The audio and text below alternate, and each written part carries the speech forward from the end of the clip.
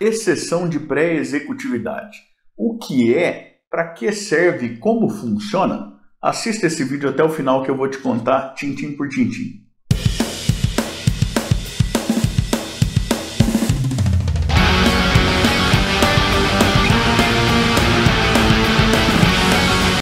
Eu sou o professor Thiago Caversan e compartilho semanalmente, aqui mesmo no canal, vídeos relacionados à teoria e à prática do direito, como esse vídeo de hoje em que eu falo sobre exceção de pré-executividade. E isso já a partir de vários anos de experiência como advogado e também como professor universitário. Se você gosta desse tipo de conteúdo, inscreva-se aqui embaixo, também clique no sininho, até para ficar sempre a par das novidades que nós trazemos para cá.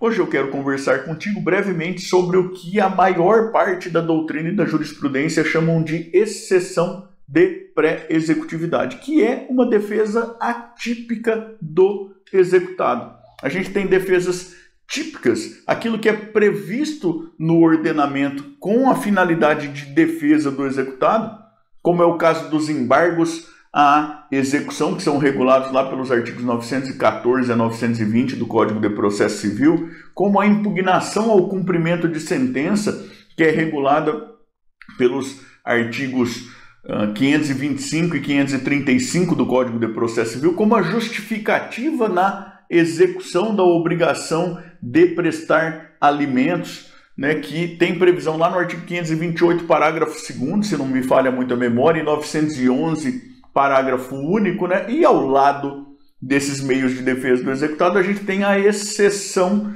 de pré-executividade, que é um meio atípico, que não está exatamente previsto no nosso ordenamento jurídico e que, até por isso mesmo, é objeto de uma série de controvérsias a partir da sua própria denominação. Veja que há na doutrina quem diga que chamar esse mecanismo procedimental aqui de exceção estaria equivocado, e talvez esteja mesmo, que o correto seria chamar de um outro termo qualquer, sugere-se objeção, por exemplo. E por que seria equivocado chamar de exceção? É porque o Código chama um mecanismo procedimental de exceção, é aquilo que a gente tem lá para arguição de impedimento ou de suspeição, não é verdade? A exceção de impedimento, a exceção de suspeição. Anteriormente a gente tinha, no contexto do Código de Processo Civil de 1973, a exceção de incompetência relativa também e tudo, E aí então essa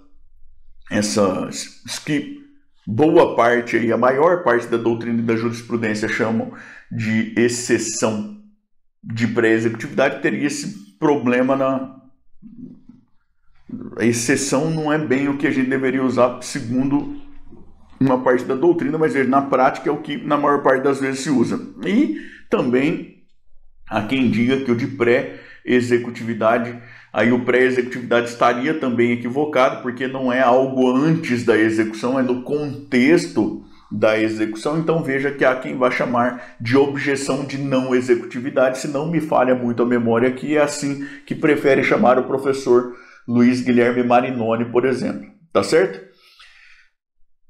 Então, assim, para dizer, olha, é objeto de controvérsia, até por ser meio atípico mesmo. Mas, professor, qual que é a ideia por trás desse negócio? Veja, a exceção de pré-executividade é um mecanismo que o executado tem para arguir matérias de ordem pública, especialmente as matérias que poderiam ser conhecidas de ofício pelo juiz.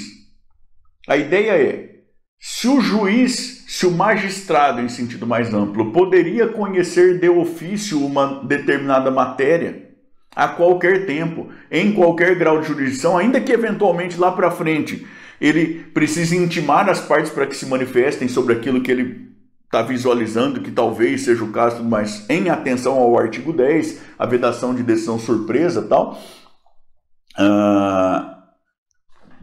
se não me falha a memória, artigo 10, mas você veja lá nas normas fundamentais.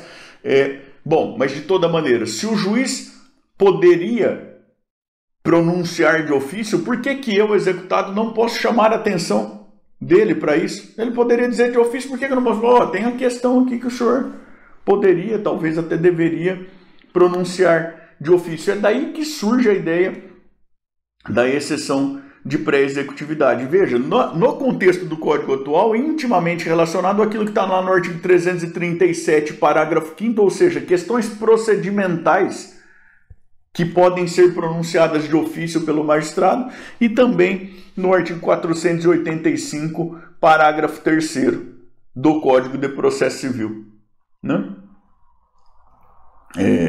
E aí, então, você pode imaginar aquelas questões de ordem pública também e tal, esse tipo de coisa, tá bom? Então, prescrição e decadência, por exemplo, nulidades da execução, problemas relacionados a pressupostos processuais, né? Esse tipo de coisa.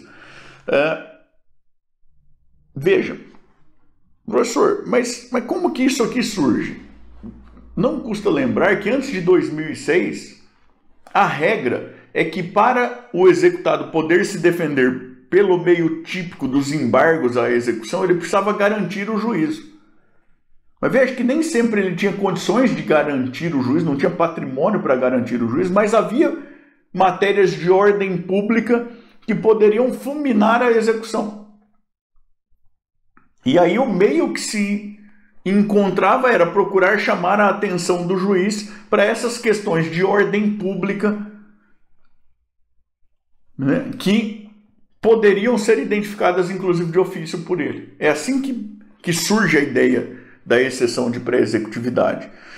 E aí veja você que houve um tanto de gente, quando mudou a sistemática da defesa, da própria execução e também da defesa, né, a ideia de que os embargos à execução não dependem de garantia, também não tem efeito suspensivo automático e tal, que teve gente que acreditou que a exceção de pré-executividade teria perdido completamente a sua importância. Para mim parece que ela conserva ainda grande importância, principalmente por dois motivos. O primeiro é que há execuções ainda em que se exige a garantia do juiz como requisito de procedibilidade dos embargos à execução, como é o caso, por exemplo, da execução fiscal e da execução dos juizados especiais, isso por previsão específica da Lei 6.830 de 1980, a Lei da Execução Fiscal, e da Lei 9.099 de 1995, a Lei dos Juizados Especiais. E tem um outro detalhe também, que é, muitas vezes, a execução chega para nós, como advogados, quando o prazo para a oposição dos embargos ou para manejo de defesa típica já se esgotou, às vezes muito tempo atrás. Então veja, o cidadão é citado na execução, ele não precisa garantir a execução para poder se defender por meio da oposição de embargos, mas o prazo já é naquele momento. Depois lá para frente passou o prazo e às vezes ele não se defendeu pelos mais diversos motivos, inclusive porque eventualmente não tinha dinheiro para contratar advogado na época, não conseguiu ser atendido pela Defensoria Pública ou por um núcleo de prática jurídica, esse tipo de coisa. E aí para lá no seu colo como advogado muitos anos depois, né? Às vezes 15 anos depois cai no seu colo lá o negócio, tem execução aqui, está gerando uma série de prejuízos, de contratempos e tudo. É a hora que você vai pegar o prazo de embargo já foi faz muito tempo, né? Mas vamos olhar aqui o que eventualmente, e vou te contar, né? Para quem sabe manejar isso bem, é uma atividade que pode ser bem remunerada, né? Porque às vezes você vai pegar processo lá de 3.000 páginas. O que é que a exceção de pré-executividade vai te ajudar a poder fazer? Você vai ter um meio procedimental para passar um pente fino nesse volume todo, em cada certidão, em cada petição, em cada despacho, em cada vírgula do que se fez ali, para ver o que eventualmente há de nulidades que se pode arguir aí por meio dessa via da exceção de pré-executividade. Então veja, para execuções em que ainda hoje se exige a garantia do juízo, se o executado não tem como garantir o juízo, a exceção de pré-executividade pode ser um mecanismo procedimental muito importante. Para quando já passou o prazo dos embargos, também é um meio procedimental que pode ser muito interessante. Um alerta aqui que vale a pena é o seguinte: veja, os embargos são uma ação autônoma. Tem recolhimento de custas, tem toda a formalidade de uma ação autônoma. A exceção de pré-executividade é a petição intermediária, né? Ah, professor, então é melhor opor exceção de pré-executividade do que embargos à execução? Veja, se você tiver a opção de um ou outro, é sempre mais cauteloso opor embargos à execução, porque você tem uma possibilidade de matéria muito mais ampla. Você não precisa se limitar àquilo que é matéria de ordem pública. E veja que no Brasil a divergência sobre tudo, a divergência sobre o que... qual a denominação correta desse mecanismo procedimental. Imagine você se não vai ter divergência na prática aí no seu tribunal, no meu, entre uma Câmara e outra, tudo mais, de qual que é a matéria de ordem pública que pode ser objeto da exceção de pré-executividade. De maneira que, duas coisas. Primeiro, é muito mais cauteloso optar pela via dos embargos à execução, conversar isso com o cliente, né, para ele, na maior parte das vezes, é muito mais barato recolher as custas dos embargos à execução, né? Se ele não tiver condições, contar com a gratuidade de justiça garantida lá nos artigos 98 a 102, né? Do que sair optando aí por exceção de pré-executividade. Se for o caso de exceção de pré-executividade, é bastante importante que você vá dar uma olhada na jurisprudência aí do seu tribunal para ver o que é que aí se tem considerado questão de ordem pública.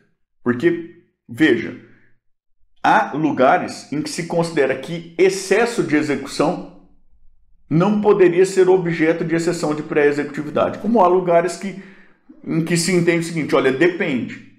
Se o excesso de execução for relacionado ao índice de juros, isso pode ser objeto de exceção de pré-executividade, porque é matéria que o juiz poderia conhecer de ofício. Se a parte incluiu honorários advocatícios de sucumbência, por exemplo, sem que o juiz tenha determinado, ela está usurpando função que seria do juiz, seria questão de ordem pública, poderia, é um excesso de execução e poderia ser objeto da exceção de pré-executividade. E aí o grande desafio é você identificar aí no tribunal com o qual você trabalha o que é que o tribunal tem entendido para você conseguir fazer na prática, para o seu caso, a exceção de pré-executividade mais assertiva possível. Tá certo?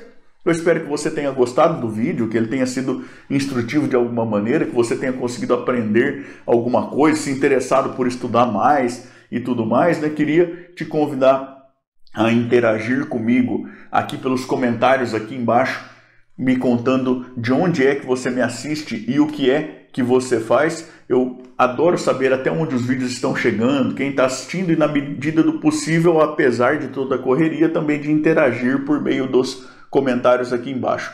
E também queria te pedir de novo para se inscrever no canal, para clicar no sininho, para dar o seu joinha, para me seguir no TikTok, no Instagram, porque isso é muito importante para que eu continue produzindo esse material. Você também ajuda continuando aqui no canal a partir deste vídeo aqui, em que eu falo sobre defesas do executado de maneira mais ampla, tá bom? Muito obrigado, até mais. Tchau, tchau.